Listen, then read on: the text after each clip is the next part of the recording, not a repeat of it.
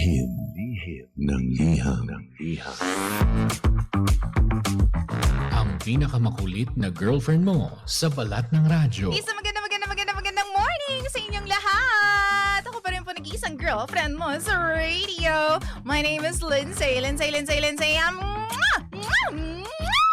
Makulit pero may puso, handang makinig sa mga kwento mo. Alam mo, feeling ko kailangan mo na siyang iwan kasi it doesn't make sense. Ang kwento sa lihim ng liham.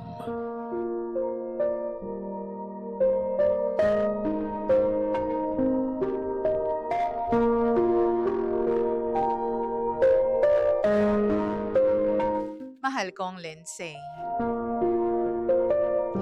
Itago niyo na lamang po ako sa pangalang Steph.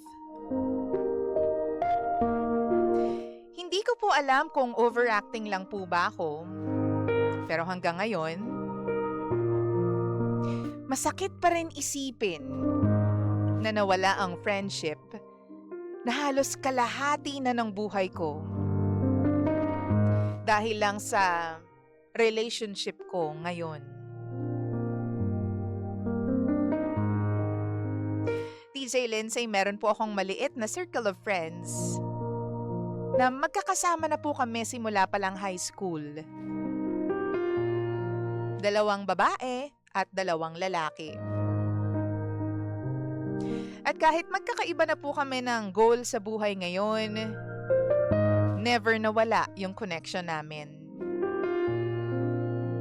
Hindi man kami araw-araw na nag-uusap, pero kapag may nangangamusta o may free time, parang walang nagbago. Sobrang close pa rin po namin.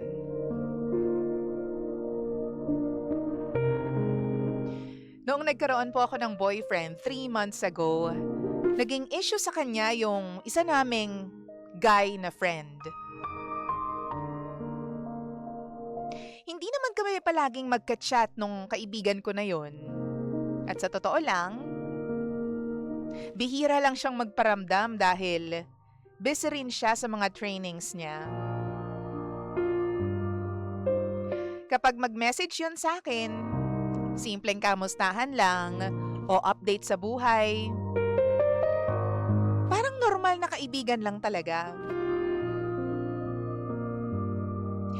Sinubukan kong ipaliwanag na matagal na kaming magkaibigan at wala talagang namamagitan sa aming dalawa.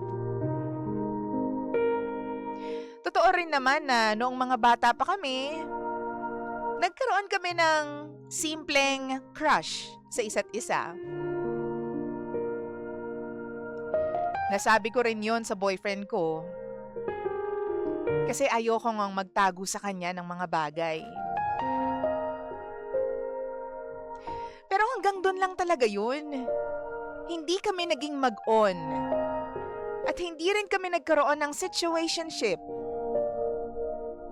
Hindi rin kami kahit kailan nagbigay ng mixed signals sa isa't isa. Sa kabilang banda, DJ Lindsay, naiintindihan ko naman kung bakit may mga tao akong hindi komportable sa paligid ng boyfriend ko. May isa siyang kaibigan na babae na naging bahagi ng kanyang sexual life. In short, naging fubo sila. Ilang buwan din tumagal yon bago naging kami. Kaya naman kapag sinasabi kong naiilang ako sa closeness ninyong dalawa, pakiramdam ko may basehan naman yung mga sinasabi ko. Pero sa tuwing sinusubukan kong ipaliwanag ang pinagkaiba ng sitwasyon naming dalawa sa isa't isa, lagi niyang sinasabi sa akin na pareho lang daw kaming nagseselos. Kaya dapat, pareho lang din ang boundaries. At dahil ayokong paulit-ulit kaming nag-aaway, DJ Lindsay, ako na lang ang umatras. Ako ang nagbigay. Unti-unti ko pong nilayo ang sarili ko sa circle namin. hanggang sa halos wala na kaming communication na magkakaibigan. Tahimik ko na lamang pong tinanggap kahit sobrang bigat sa pakiramdam. Alam mo, DJ Lindsay, hanggang ngayon hindi ko alam kung tama ba yung ginawa ko. Mahal ko ang boyfriend ko. Gusto kong irespeto ang nararamdaman niya. Pero hindi ko rin maikakaila na may parte sa akin na nagluluksa sa pagkawala ng mga taong ilang taon din naging parte ng buhay ko.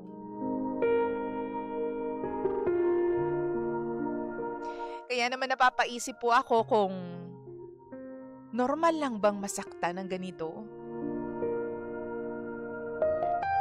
Hindi dahil gusto kong ipaglaban yung ibang lalaki, kundi pakiramdam ko may nawala sa akin na napakatagal kong inalagaan, DJ Lindsay. Yung relasyon na alam kong hindi basta-basta mapuputol. Nakakasama ng loob kasi alam kong wala naman akong ginawang mali. Alam kong magkaibigan lang kami. Pero iba ang tingin ng boyfriend ko. Ano po bang dapat kong gawin, DJ Lindsay?